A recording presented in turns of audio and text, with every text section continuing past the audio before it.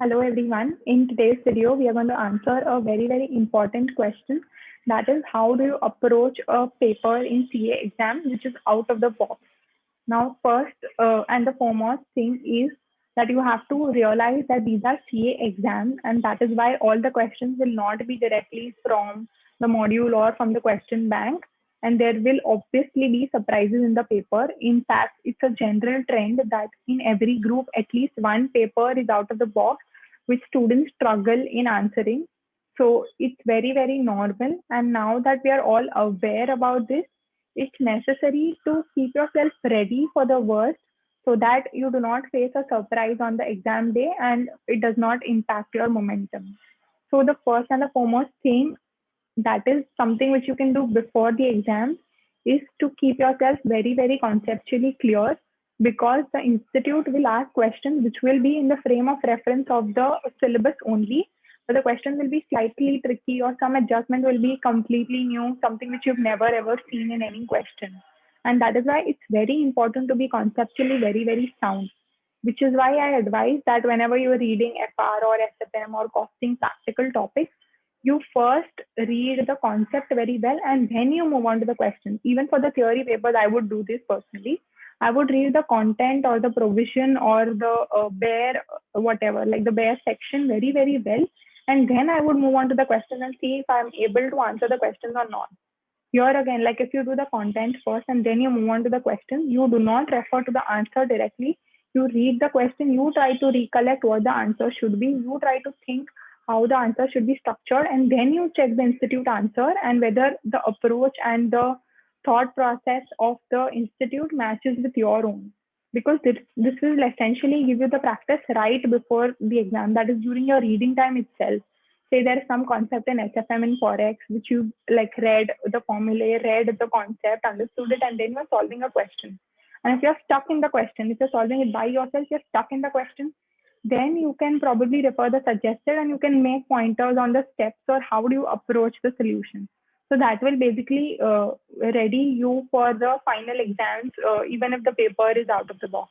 So these are preparations before your exam. Now, the main important thing is during your exam. So the first 15 minutes itself will kind of give you an idea that the paper is not that easy or it is very conceptual and the questions are slightly different. The first thing is you have to take a very deep breath and you have to understand that this same thing is for all the students across, and you are like the institute has not set a difficult paper only for you. And that is why what you have to do is you have to find within the 100 marks, or rather the 120 marks, with the options, what is the best 50 or the best 40 which you can attempt very well. So in a difficult paper, it is very important to time or to sequence your questions very well. Once you do that, I think you'll be able to get the confidence if in 1.5 hours you are able to solve a very good chunk of the paper and you are confident that your answers are correct. But again, here I would like to share my personal experience in the SFM November 20 papers, where I did not get very stressed because I knew it was a difficult paper. I understood it, but I thought that question number 6 is pretty easy and I will get it. And I started solving that question first. But after I solved the question and I went back, I realized, like, immediately after solving, I realized that I have answered it incorrectly, because the question says that the growth falls linearly and then it becomes constant. Whereas I had followed a constant growth model and not a linear growth model under Gordon. So I realized that it is a different question and there is something missing in the question. And I wasted like around 2 to 5 minutes, but I could not get the correct solution. Now, the next best step was to find the next set of questions which will fetch you marks if you're not able to crack this one. So again, this is very important, and this is where many students have faltered. They are basically stuck to a question and kind of spend 10 to 15 minutes thinking what the answer will be and how do you solve it. And it's like, I should know it, I should know it. I'm kind of wasting time there. But what you should do is you should leave a page or 2 pages and move on to the next question and come back to the difficult question again at the end, say after 2.5 hours. So that is the correct approach. So even if you've chosen a question wrong during the 15 minute, like if you've chosen the sequence wrong during the 15-minute period, you essentially kind of manage it during the 3 hours if you're not able to solve it properly. Another important pro tip is like in sums like SFM or in costing, where like the approach you think is completely different or it's a reverse question, something like you've never solved. What you can do is you can think of the thought process and you can on the last page of your answer sheet write in pencil what are the steps or how do you plan to solve it, and then see whether it's making sense, and then put it on paper in your final answer book. So that is something I would recommend. Again, here you would feel that maybe even if you feel like the final answer may or may not be correct, but if the initial few steps are correct, it is necessary to write it and not just leave the question as is, see, I don't know this, because there is stepwise marking. So you have to write all the steps very well. You have to write all the formulae very well, because that will ultimately fetch you marks. Like two marks in each question for the formulae will also add up and bring to a great extent. So that is something which is very important. Then in some questions which you feel are slightly ambiguous, or if you feel like you're not able to get a lot of clarity on how to solve it, you can solve it by writing assumptions. But here again, what you can do is you can write that we have solved this assuming this.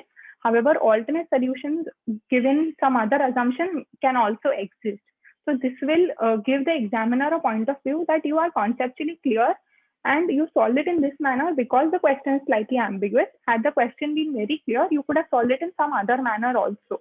So this will essentially make the examiner understand your point of view and you will be able to fetch marks. Again, in SFM, I would say that you have to focus on your theory, because a lot of people do not do that. They feel that they are very good at practicals and they'll be able to get good marks. But in our paper, the theory was very scoring, and a lot of students have cleared because they have scored like 4 out of 4 or 4 out of 5 in theory. So you have to make sure that you are very, very strong in it, because if you are like faced with some surprise with respect to practical, this is something which you can bank on and through which you can score amazing marks. So this is it during the 3-hour paper, how you should approach it. Now, again, after 3 hours, the 2-3 hours post your exams are also very important, where a lot of people tend to get discouraged or tend to check their answers from the study mat, or if they are not in the study mat, then refer some YouTube videos to see whether their answer is matching with some professor's answer. I would say a big no to all of this, because you have your next paper. This is not your last paper. And you do not want to get bogged down or get stressed by looking at some answer and thinking, no, this is wrong, or I did some incorrect solution. In fact, in our SFM paper, even the professors were not very sure what the correct solution will be, because 2-3 questions were pretty ambiguous. So you do not want to kind of see multiple videos or check your answers with your friends or from your book or anywhere else. What you have to do is you have to kind of keep your mind very, very calm, and you have to have a self-realization that since this paper was slightly tricky and I may get a little less marks than what I had initially targeted in my mind, what I have to do is I have to score better marks in the coming papers, so that my group is very, very clear and I clear in aggregate. So this is what you have to keep in mind, that if you have solved something incorrectly. Now this is even for papers which are easy, but you made a silly mistake somewhere. So it's important not to check it after your exam. And if by chance you do, by a slightest chance, you do not get discouraged or you do not feel bad about it. In fact, what should happen is your motivation for the next paper should be on a very high level, and you should ensure that you score like 3-4 marks more in each of the next papers to cover up the mistake which you've made here. So this is essentially what I would recommend if you face a tricky paper. So just like go for it and do not get bogged down. These are CA exams, they are going to be tough, but if you have a clear mindset and if your concepts are very clear, I'm sure it will be not a very difficult task to clear the paper or to secure 50 marks, even in a difficult paper.